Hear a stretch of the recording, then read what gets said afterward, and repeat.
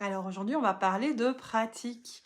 Je te le dis d'emblée, je ne vais pas t'apprendre comment mettre ton œuf. Parce que ça, c'est une pratique qui va demander un cadre, un accompagnement et une vraie compréhension de ton corps. Par contre, ce que je vais te donner maintenant, ce sont les fondamentaux de sécurité. C'est-à-dire les bases indispensables pour que ton corps reste en confiance et pour que tu ne te blesses pas émotionnellement ou même physiquement. Alors c'est là que beaucoup de femmes se trompent et c'est pour ça que j'ai construit l'initiation. C'est comme ça qu'elle est née. C'est pour ça que je l'ai voulu aussi complète. C'est parce que la pratique d'un œuf, c'est autre chose que suivre un tuto. C'est autre chose que de l'acheter en ligne, de simplement l'insérer et d'attendre que la magie se passe. Bien souvent, les femmes se reblessent en voulant utiliser l'œuf comme ça avec des très bonnes intentions à la base. Le mythe le plus dangereux pour moi, c'est vraiment qu'un œuf, ça s'utilise naturellement. Et on entend souvent, écoute ton intuition, ton corps, il sait. Oui et non. Ton corps, il sait, mais encore faut-il que toi, tu saches lire ces signaux et que tu saches reconnaître ce qui vient de ton système nerveux, de ta mémoire, d'une contraction de défense ou d'une vraie ouverture. Sans cette connaissance-là, qui est précise, qui est spécifique, beaucoup de femmes vont en fait confondre sécurité et dissociation, ou encore ouverture et hypertonicité. C'est pour ça que je dis toujours que la pratique commence par la compréhension, pas par l'insertion. Ici, je vais détailler ce qu'il ne faut jamais faire. Et surtout, pourquoi il ne faut jamais le faire, parce que j'aime bien vraiment donner les raisons pour qu'on puisse comprendre. La première chose, la règle absolue, c'est que jamais, jamais, au grand jamais, on ne va insérer l'œuf sans un vrai oui du corps. Un oui, c'est pas un mental enthousiaste. C'est pas oh oui, super, j'ai vraiment envie. C'est une sensation interne très très précise. Et beaucoup de femmes, faute de repères, insèrent en fait l'œuf sur un faux oui. Le résultat, c'est qu'elles vont créer plus de tension, plus de douleur et une fermeture. Alors, moi, je conseille de ne jamais courir, faire du sport avec l'œuf. Ça va fatiguer les tissus, ça va créer des compensations, ça va activer le système de défense. Le vagin, c'est pas un espace de port de charge. C'est pas ça qu'il fait. Il n'est pas fait pour. Pour moi, au début, il ne faut pas dépasser trop de temps. Au-delà, le tissu va se fatiguer, il va se fermer. Et puis, c'est pas parce que c'est plus long que c'est plus efficace. En général, c'est parce que c'est plus conscient que c'est plus efficace. Et c'est pas la même chose. Règle numéro 4, ne jamais forcer l'insertion. Si l'œuf ne rentre pas, ce n'est jamais un problème technique. C'est une information.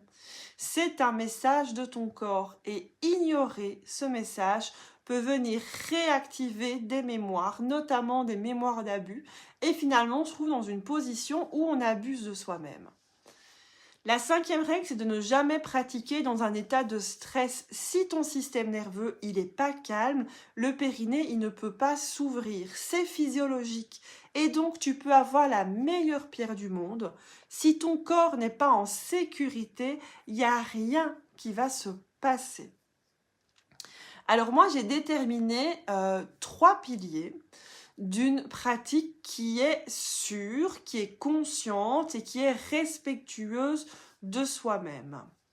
Ces 3 piliers essentiels, c'est 1, le souffle qui ouvre, et pas n'importe quel souffle. Un souffle précis, connecté au périnée, au diaphragme, au système vagal. Sans ce souffle-là, la pratique, elle va vraiment rester en surface. J'apprends à respirer avant de pratiquer avec mon œuf. Le pilier numéro 2, c'est l'écoute des tissus. Savoir reconnaître le tissu qui s'ouvre, celui qui se crispe, celui qui encaisse, celui qui demande une pause, c'est une vraie compétence. C'est-à-dire que quoi qu'on ait pu te dire, c'est pas un instinct automatique. Et le troisième pilier, c'est la présence, parce que toute pratique vaginale sans présence, ça s'appelle une dissociation. Et ça, vraiment, je refuse de l'encourager. L'œuf, c'est pas un objet que tu mets en attendant que ça fasse effet. C'est un vrai interlocuteur, c'est un miroir sensoriel, c'est un révélateur. Et donc, ces règles, il y a une importance capitale à les respecter pour que ta pratique elle soit sécure. Et c'est là que j'en viens à la partie 4 de cette vidéo, c'est vraiment pourquoi la plupart des femmes ont besoin d'être guidées. Toutes les femmes ont un corps et on pourrait se dire, bah oui, on va juste insérer l'œuf et ça va être facile. Notre problème, c'est que très peu de femmes ont appris à lire leur corps, à écouter les micro-contractions, à reconnaître les défenses, à sentir le tissu au lieu de forcer. Et en fait, t'es pas censée savoir ça toute seule parce que personne te l'a appris. Personne n'a mis les mots sur les sensations, au contraire, on t'a plutôt fait les oublier. Donc ni à l'école, ni chez le gynéco, ni dans les livres. Et c'est pour ça que pour moi, la pratique de l'œuf, elle nécessite un cadre, elle nécessite un espace où on va apprendre les gestes, les souffles, l'écoute, le rythme juste, et puis surtout, comment rester en sécurité. Et une fois que tu sais tout ça, la pratique, elle devient vraiment un espace de guérison. Elle devient un espace d'ouverture et de transformation. Et vraiment, l'œuf de Yoni, c'est un outil qui est hyper puissant. Mais avant d'en arriver là où on peut contacter la présence de cet outil, en fait, il faut être guidé, accompagné et en fait apprendre à se connaître soi avant de connaître la pratique avec l'œuf. Alors, je pourrais te montrer comment on insère un œuf, te l'expliquer, mais ce serait ni juste, ni éthique, ni sécurisé de le faire comme ça, parce qu'une technique sans accompagnement, pour moi, elle peut faire plus de mal que de bien.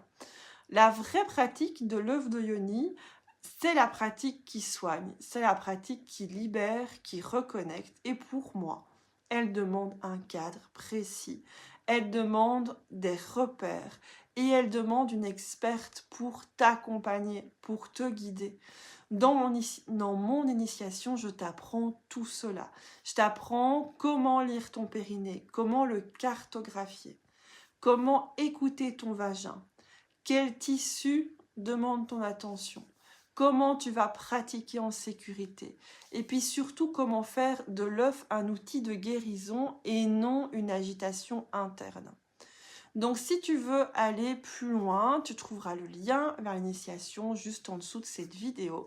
Si tu as des questions, tu n'hésites pas à me les poser. Je suis vraiment toujours ravie de répondre à toutes ces questions à propos de l'œuf parce que c'est une pratique qui me tient énormément à cœur.